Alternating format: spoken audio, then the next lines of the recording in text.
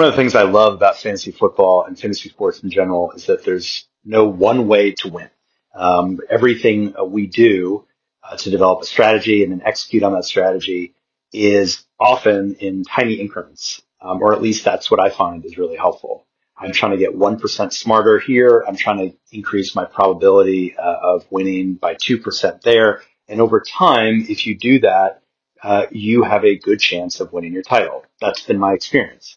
Um, One of the things I like to do to get a slight advantage or a slightly better understanding of where I want to rank players and where to find value and where to fade players so that I don't destroy my value, is to look at each team and identify who is ascending and who is descending. Oftentimes by age, sometimes it's based on statistical probabilities, the Christian McCaffrey example from last year, which I've said before. And then understand also the changes to that roster.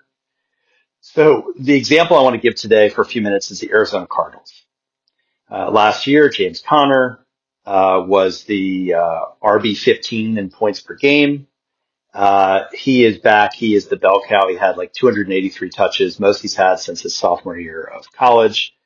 He has been deliberately, kind of like Aaron Jones until last year. The Packers did an amazing job of this, of limiting the reps of their star running backs. I really think something should be said or written, and maybe I'm just saying it now and we'll leave it at that, about the continuity of a team continuing to understand, it seems, from the outside looking in, that you can't just give someone 350 touches and expect them to be on your team for a long time. Arizona signed Connor to a multi-year contract.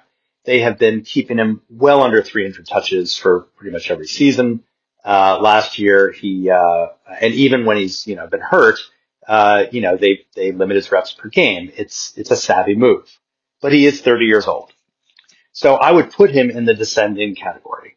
It's clear that he's not ascending.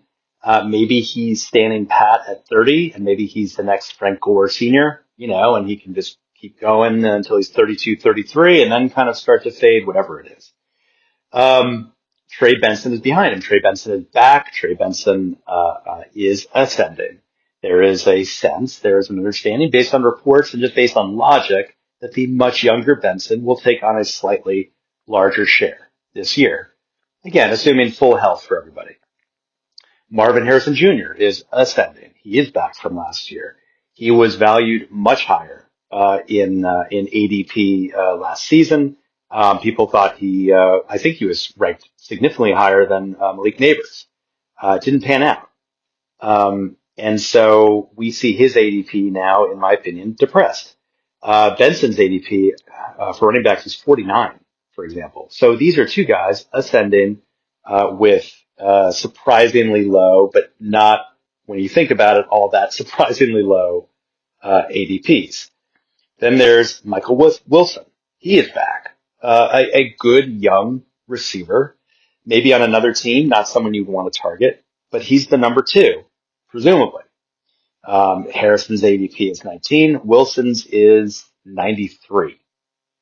So the number 2 wide receiver on this team has a ranking of 93.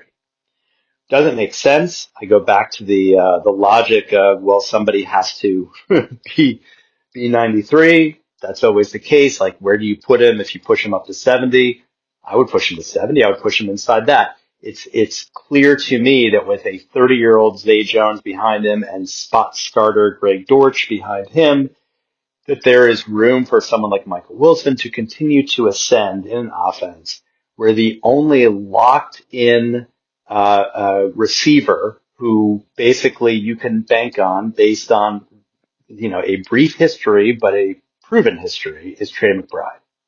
So it's similar to me a little bit to what the Vikings have with a great tight end. Although McBride, you could argue, is better. I get it. Hawkinson at his best is just as good. Where you have Justin Jefferson in Minnesota, you have Marvin Harrison Jr., who to me has the same upside as Justin Jefferson. Marvin Harrison Jr. has the potential to be a perennial top 5 receiver in this league. And then you have Michael Wilson, who, might not be at a Jordan Addison level, but would we be surprised if he finishes as the WR50? I wouldn't be. So, and then you have Kyler Murray, and Kyler Murray is this, kind of enigmatic quarterback, at times brilliant, at times hurt, at times underwhelming. But the fact is, Kyler Murray is Arizona's franchise quarterback. There is no risk that he's going to be benched.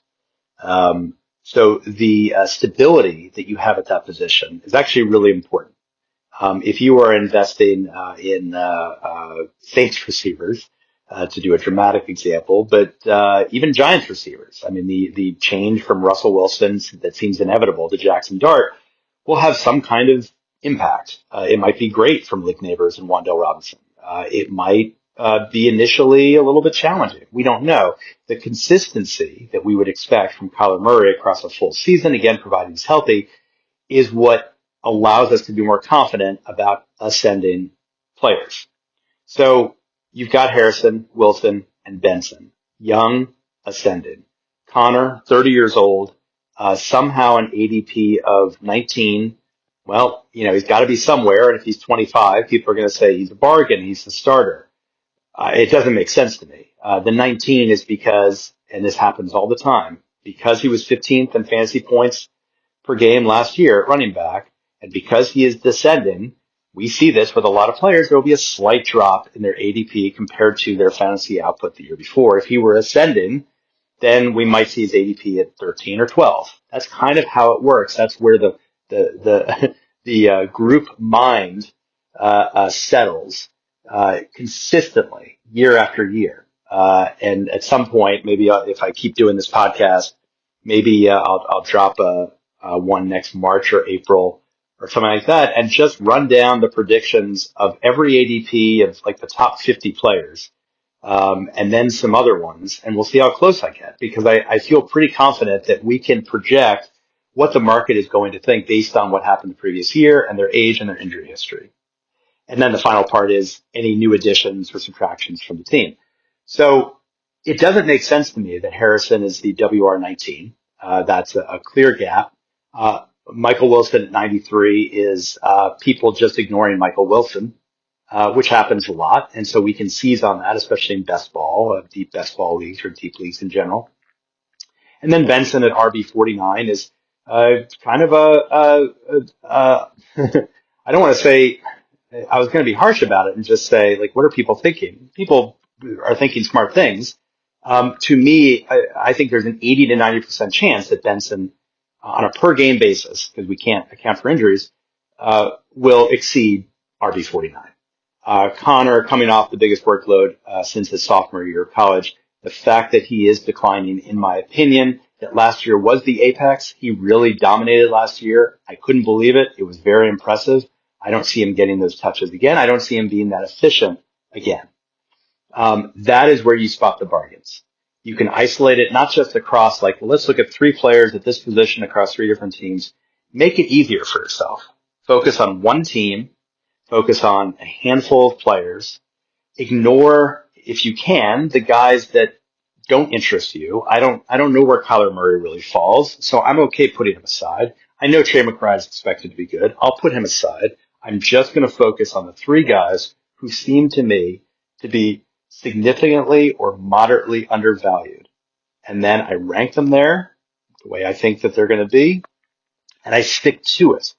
I don't go in the draft. I don't sit there and say, well, it's 60 wide receivers off the board in my deep league, and I want to take this guy whose ADP is 61. No, if you think Michael Wilson is a top 60 receiver, you pounce. If he's the number 2 in a receiving core, in a wideout core, the probability that he'll be top 60 is much better than him being outside the top 90.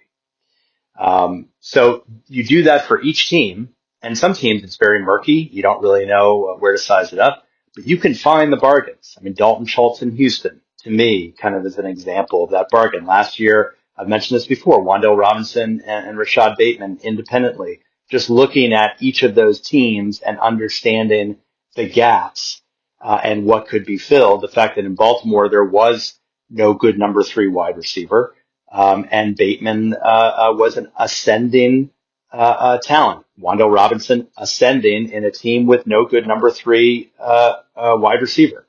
So you get these gaps that you can backfill and target where the bargains are. If you have any questions, reach out anytime at my Gmail. This is again BJ Rudell. Follow me on the blog. Sign up for the rankings if you want, and we'll see you tomorrow.